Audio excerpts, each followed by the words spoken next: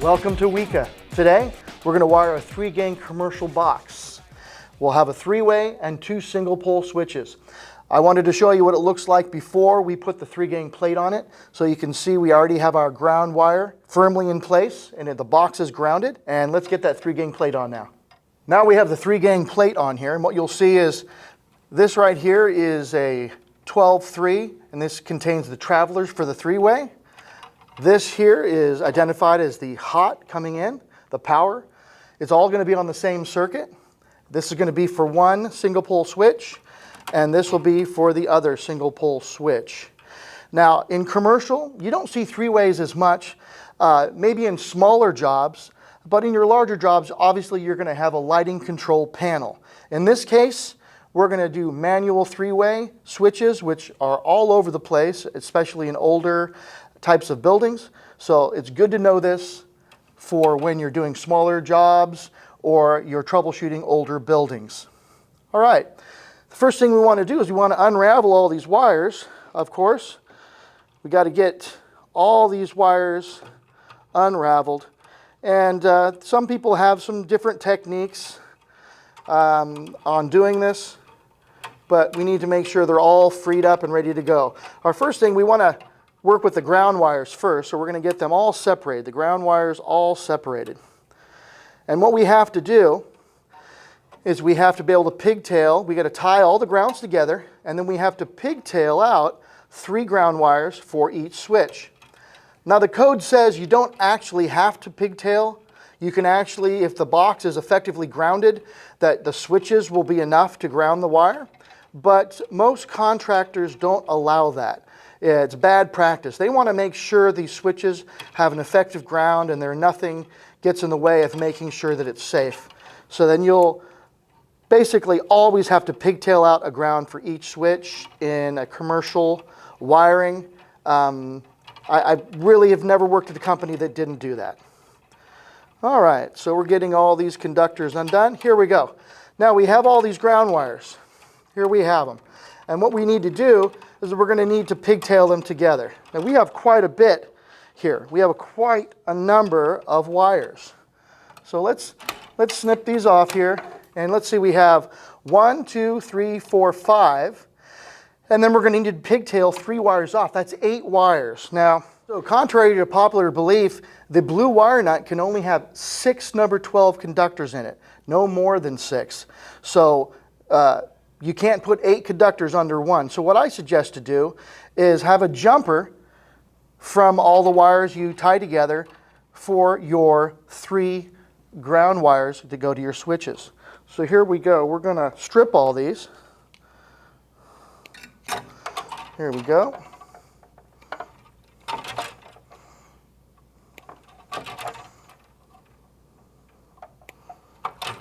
Making sure you have enough wire off the conductor so that you can twist them all together. Whoop. There we go. Take your linesmans, and I always twist them together. You should always, in a commercial wiring, always twist your wires together with the linemans. Don't use the wire nut to do that. That's not good practice. We want to make sure that you get these wires all touching each other. They're all making contact. We don't want any of these wires to spin out and to not be under the wire nut. They all have to make contact, every single one of them. Now we're going to put this wire nut on here, and we're going to make sure to twist it really tight, making sure that all those conductors are nicely tightened on there.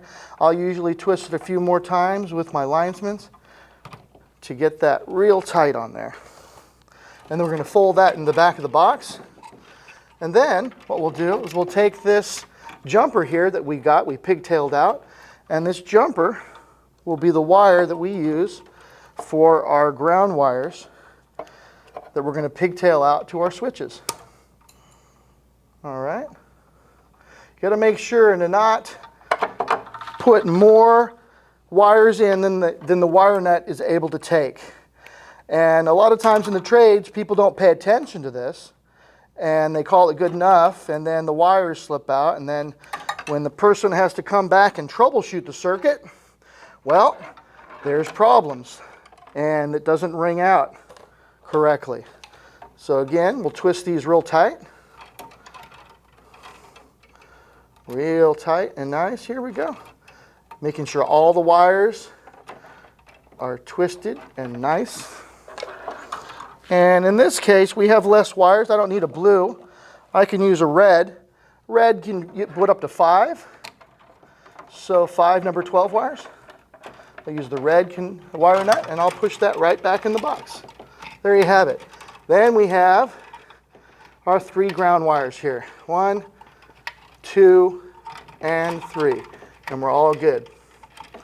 Now we have our neutrals. Now we're all in the same circuit here.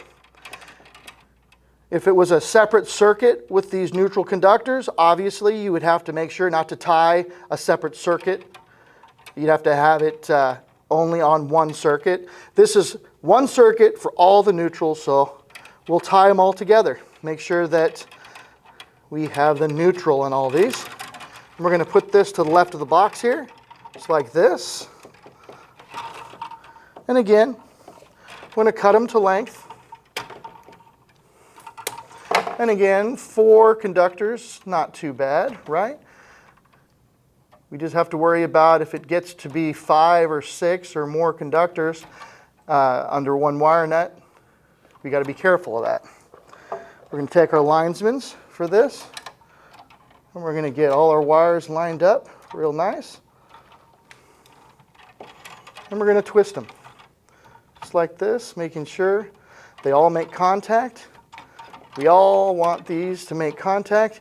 This is the biggest thing when troubleshooting, is when one of the neutrals slips out and all of a sudden some of the circuit doesn't work. Then you've got to have someone come in there that knows how to troubleshoot. And I'll tell you, 9 times out of 10, it's a loose neutral. Loose neutrals are a huge issue with a lot of makeup. All right, so now we've got the neutrals all tied together. And now we have, this is a switch leg for one light. We've identified the switch leg for another light. Here we have the travelers for a 3-way. And this is the hot. This is what's heating the switches up. So now we have to take this hot wire and we have to pigtail 3 hot conductors for each one of the switches. So we'll take this and we'll get some scrap wire. Grab 3 pieces of scrap wire. Usually there's a lot of wire laying around the job site, or you may have to get new wire. And we're going to pigtail off 3 hot conductors to heat up the switches.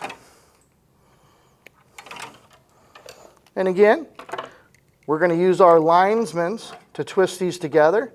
You don't want to use the wire nut to do that. There's so many problems that can occur when you do that. Wires coming out, not making contact. And we want to make sure these circuits work the first time. For this, there's not that many wires, so we're going to use a red wire nut for this. Here we go. Red wire nut, twist it on there really tight. If you don't have very much grip strength, you might twist it a few times with your linesmans, but you want to make sure that is secure. We don't want any mistakes at this point. All right, so we have the 3 switch legs. 1, 2, 3. Right here, switch leg, and here. So these 3 hots. First one, we're going to get this hot, and this is going to be called the common wire for this 3-way switch. So what we'll do is we'll twist this common wire around, see this? Around the travelers. Okay? Like that. And then some people, as a little extra added measure, we'll do a little twist on this, right? Just a little bit of a twist, just like that, just so people don't mistake this. Now, why do they do that? They want to make sure. That's one of the biggest mistakes people make, is not identifying the common conductor here.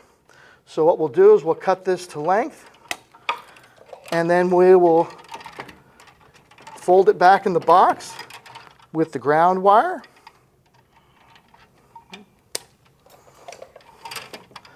And there you have the 3-way right here. Now, what we'll do is we have, again, the switch leg and another hot.